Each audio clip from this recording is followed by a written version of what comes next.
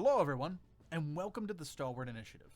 Today we're back with our second part of the Unearthed Arcana 2020, the new spells and magic tattoos. Oh, scrolling takes forever. Spells and magic tattoos. And we went over all our spells in the other video. I'll plop a link for that in the description here. And today we're going to finish up this article with our review of the magic tattoos. So here we go. Blending magic and artistry with ink and needles. Magic tattoos imbue their bearers with wondrous effects and abilities. Magic tattoos are initially bound to magic needles, which transfer their magic to a creature. The designs of magic tattoos vary greatly in appearance, depending on who created it, but they share general characteristics that hint at the effect of the tattoo. Once inscribed on a creature's skin, damage or injury doesn't impair the tattoo's function, even if the tattoo is defaced. The rarer a magic tattoo is, the more space it occupies on a creature's skin. The magic tattoo coverage table offers guidelines for how large a given tattoo is. So it's scaling real estate on your skin. So a common magic tattoo is going to be 6 inches or smaller, just a tiny one.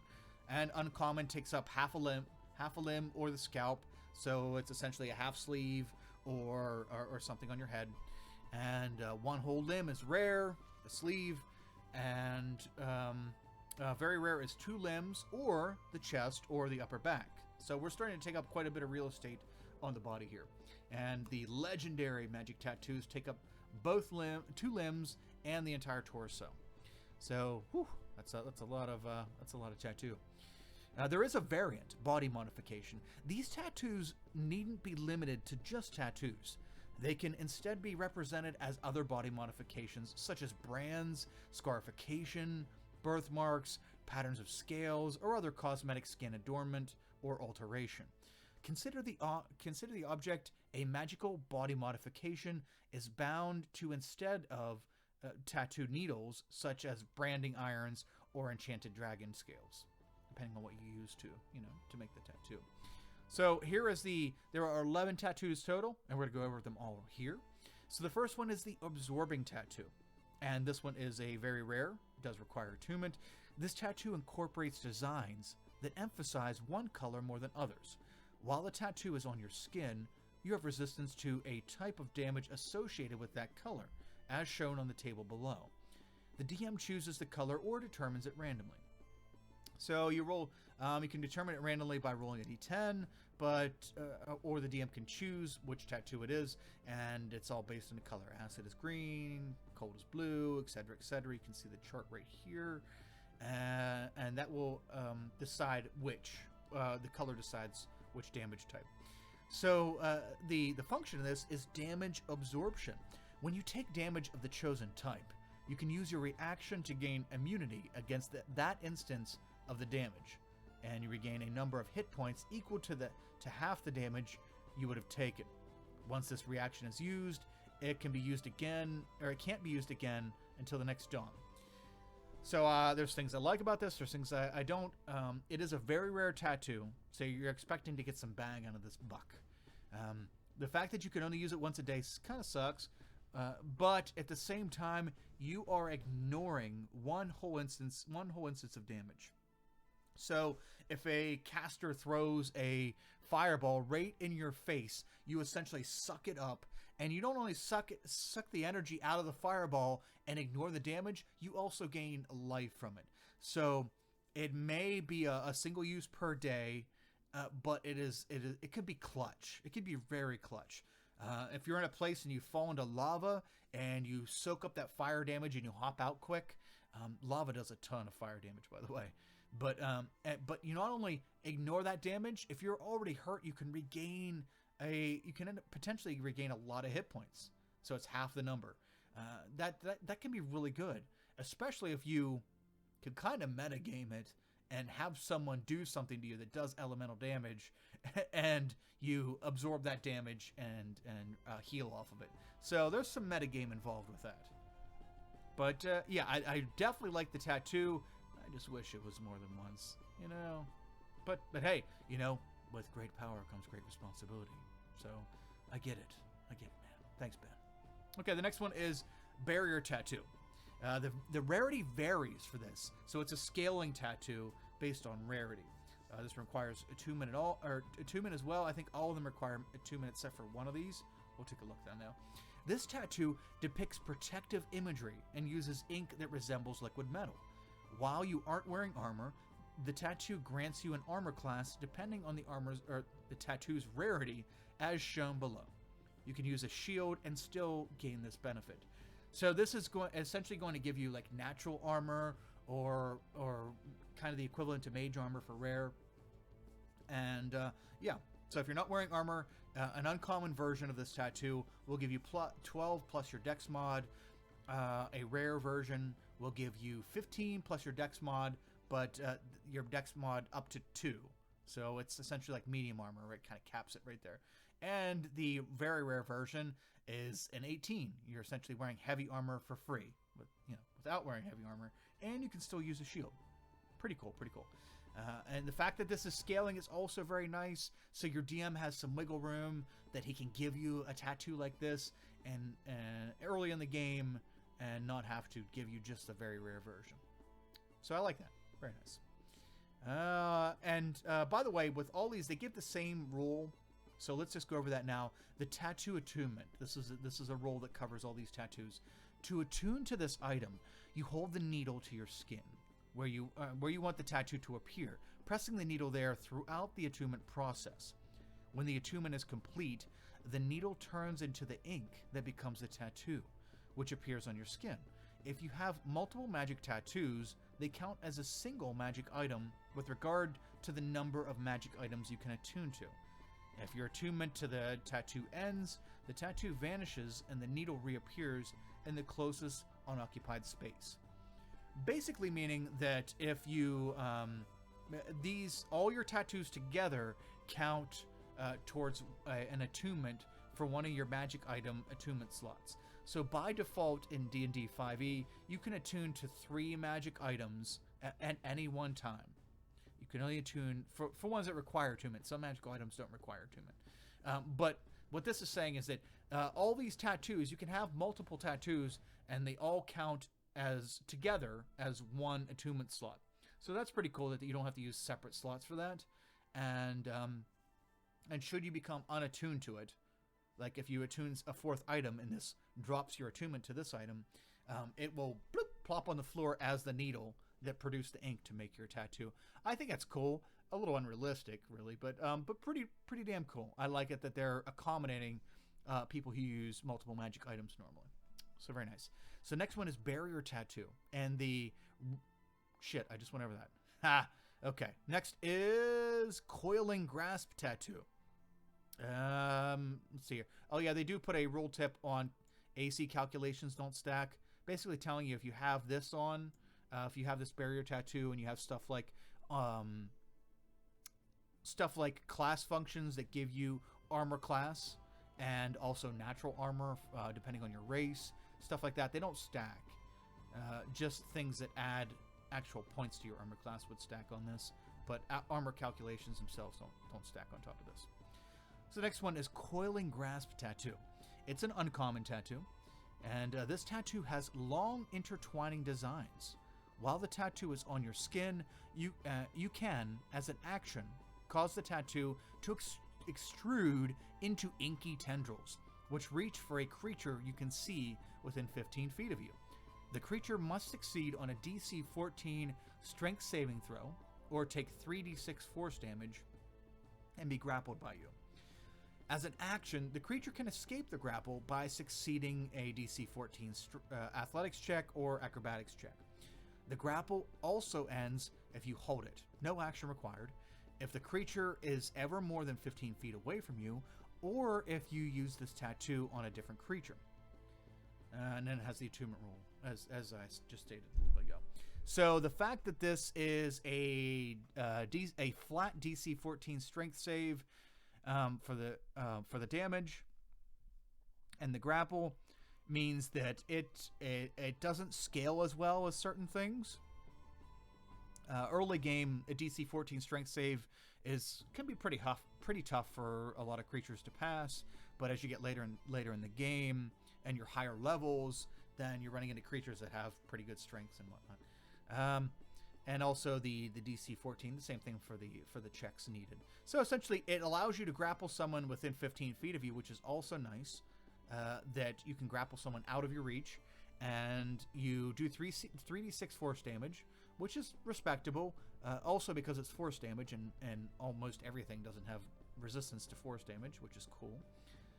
Yeah, I like it. As an uncommon, I think it fits where they want it. They designate it as an uncommon magic tattoo, and I think that's about where it deserves to be. Solid choice. I like it. It's thematic. It's good in combat, especially if you don't have the strength score to back it up.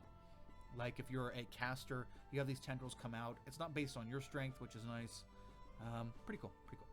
So next up is the Eldridge Claw Tattoo. This one is also uncommon, and this tattoo depicts claw-like forms and other jagged shapes.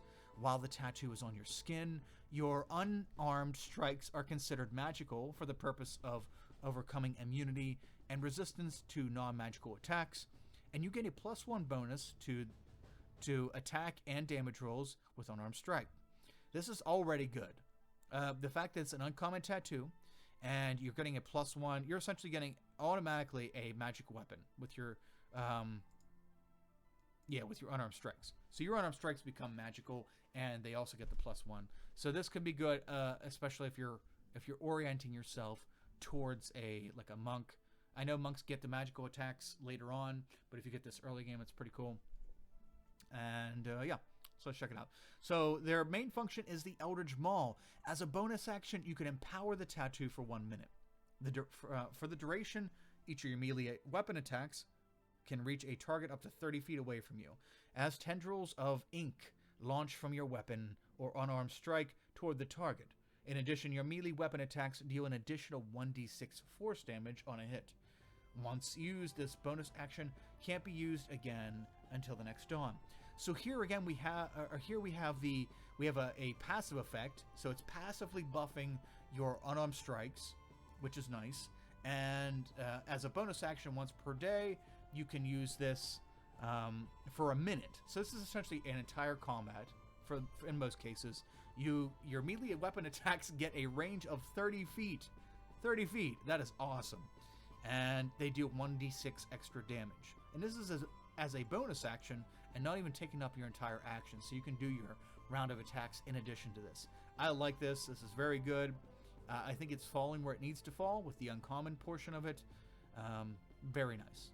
More useful for some than others, but regardless, it's very nice. So the next one is Blood Fury Tattoo. This one's legendary, so let's see how good this legendary tattoo is that takes up a crap ton of your body. This tattoo evokes fury in its form and colors. While this tattoo is on your skin, you gain the following benefits. Your attack rolls score a critical hit on a d20 roll of 19 or 20. When you score a critical hit against a creature, that target takes an extra 46 necrotic damage, and you gain a number of temporary hit points equal to the necrotic damage dealt. When a creature you can see damages you, you can use your reaction to make a melee attack against that creature, with advantage on your attack roll. So, this is, again, actually this is useful in most circumstances. So the critical hit on a 19 or 20, there are classes that already get this benefit, and other features as well that are able to give this benefit. But aside from that, possibly stacking for 3 or 4 instances, this is really good. When you critical hit, which is now on a 19 or 20, which is essentially 10%. 10%? 20%? Yes. No. Damn it. 10%. There we go. Ha! 10% of your rolls will crit, theoretically. And although we all know dice are evil and they decide that 10% is not enough. But when you crit, you get this extra necrotic damage, which is 46 is considerable. And it also gives you temp hit points for that, which is very nice. Now, my favorite part of it is When a creature you see damages you, you can use reaction to make a melee attack. So this gives you a free melee attack against someone who you can reach that damages you. So it doesn't have to be against an attack. If they use a spell on you and they're in your melee range, whap at them, and you get an extra attack. It's kind of like Sentinel, and it's also with advantage. Pretty sweet. And this is not a once per day. This is all the time. Pretty nice. I like it. Then the same attunement rolls apply for that. Awesome. And it also roll tip, temporary hit points don't stack. And this goes for everything, not just for that function. They're just letting you know. So next tattoo is the Illuminators Tattoo. This one is common, and this tattoo contains beautiful calligraphy, images of writing, implements, and the like. While this tattoo is on your skin, you can write with your fingertips as if it were an ink pen that never runs out of ink. As an action, you can touch a piece of writing up to 1 page in length and speak a creature's name. The writing becomes invisible to everyone other than you and the named creature for the next 24 hours. Either you can dismiss the invisibility by touching the script, no action required. Once used, this action can't be used again till the next dawn. So this is another once per day thing, but this is only a common. This is only a common tattoo, which is nice. So easily accessible and no huge flashy benefits, but I like it. I like it. The fact that the RP implications of this are fantastic. In fact, I might put this one in an upcoming campaign.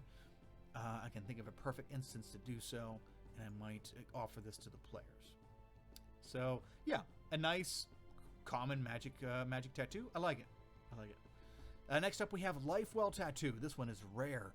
This tattoo comprises symbols of life and rebirth. While this tattoo is on your skin, you have resistance to necrotic damage, and this gives you essentially a free use of the Death Ward spell once per day. So Death Ward, when you would be reduced to 0 hit points, you drop to 1 hit point instead. Once used, this benefit can't be used again until the next dawn. This is always useful. Resistance to necrotic damage as a passive ability on this, that's solid. That's super solid.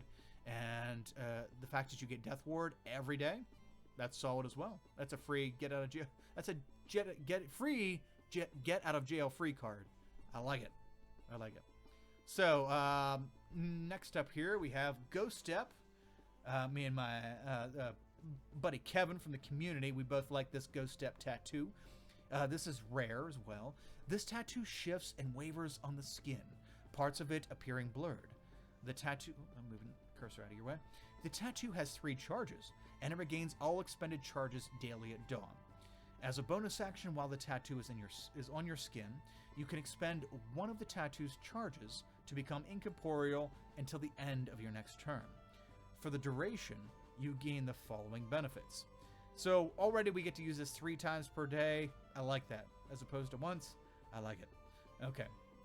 Let's see. You get, when you use this, you get resistance to bludgeoning, piercing, and slashing damage from non-magical attacks. You can't be grappled or restrained, which can be super clutch. If you're fighting monsters or people that focus on restraining or grappling, this can be very good. So you you can move through creatures and solid objects as if they were difficult terrain. If you end your turn in a solid object, you take 1d10 force damage. If the effect ends while you're inside a solid object, you instead are shunted to the nearest unoccupied space, and you take 1d10 force damage for every 5 feet traveled. Typically, that's not a big deal. Most people don't end in solid objects. You kind of make a point not to.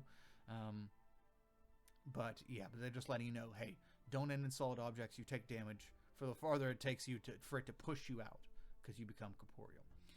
I really like that one. I really like it. You get 3 times a day. You get resistances. You can't be grappled or restrained, and you can move through objects like a ghost. Pair that with an invisibility spell, and you are a ghost that no one can see, and you can move around in structures. Very cool. So next up, we have another common one, the Masquerade Tattoo. This tattoo appears on your skin as whatever you desire. As a bonus action, you can shape the tattoo into any color or pattern and move it to any area of your skin. Whatever form it takes, it is always obviously a tattoo. It can range in size from no smaller than a copper piece to an intricate work of art that covers all of your skin. I like this tattoo. Just for RP reasons, purely RP reasons, this is fantastic. You can have this thing move around your face and around your body throughout the campaign. This would be very, very cool. And it also gives you Disguise Self, which is basically a single use of the Disguise Self spell. So once the spell is cast with a tattoo, you can't use it again till the next dawn. So once a day, you get Disguise Self for free, and you can also move this tattoo around all over your body, change what it looks like, change where it moves, just totally mess with the other characters, PCs and NPCs alike. I love it. Very great implications, or RP implications for that. So next up, we have the Spellwrought Tattoo. And this is this one's rarity varies as well. It's a scaling tattoo. This tattoo contains a single spell of up to 5th level, wrought on your skin by a magic needle. To use the tattoo, you must hold the needle against your skin wherever you want the tattoo to appear and speak the command word. The needle turns into the ink that becomes the tattoo, which appears on your skin. Once the tattoo is on your skin, you can cast its spell, requiring no material components. This can be super crucial, especially if you do this spell with something that requires material components with a gold piece cost, and you don't have those components or that amount of gold. This could come clutch. This could be clutch. The tattoo glows faintly while you cast the spell and for the spell's duration. Once the spell ends, the tattoo vanishes from your skin. The level of the spell in the tattoo determines the spell saving throw DC, attack bonus, spell casting ability modifier, and the tattoo's rarity, as shown in the Spellwrought Tattoo table. So, yeah, at lower levels, at a cantrip or a 1st level spell, they're both common. So that's cool that you have a better chance of running into these. And I might also put this in a campaign coming up here. The ability modifiers until you get to like rare, or until you get to uncommon, aren't that great. The spell save DCs till you get to 3rd level uncommon aren't that great. But you know what? It's a single use tattoo. It's pretty nice, and this scales well. This is something you can really incorporate into a game and not feel that it's going to be overbearing on the campaign's outcome. So I like that one quite a bit, and that will be seeing its way into campaigns coming soon. So the last one we have is the Shadowfell brand tattoo. This one is very rare. This tattoo is dark in color and abstract. While it's on your skin, you have advantage on stealth checks, which is nice to have a passive ability already. And you get shadowy defense.